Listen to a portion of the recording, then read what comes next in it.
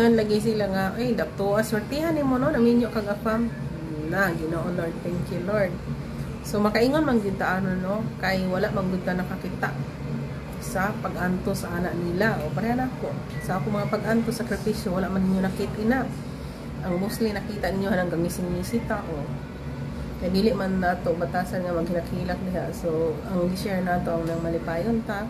So, mo ni lagmit makita sa uban. So, makaingon sa ay, luta, gis kinabuhi, alam ninyo foreigner, no? Sana maminyo ko foreigner, o.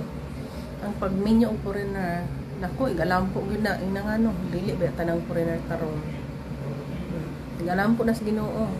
So, ang importante, buutan imong afam diha, palangga ka, o bisag pobre mo, okay ra, maningkamot ka diha, kay kung diri sa laing nasod manggod, kung di ka pili ang trabaho, daghan kay trabaho diri. Importante dili ka pabuyag sa imong bana, kay kung wala kay trabaho, sikap pa kay kwarta sa imong bana, agoy, samot ang imong bana dili dato, dili kwartahan na. Isog kay na, kay dili ra ba nila batasan nga magsimpang hatag, no? Kung ilaha murag ka ng kung ano nita na among pamilya inyo hara. Swerte ka mo ang imong afam, imong bana diha nakasabot sa imong ha. Musuporta sa imong ha.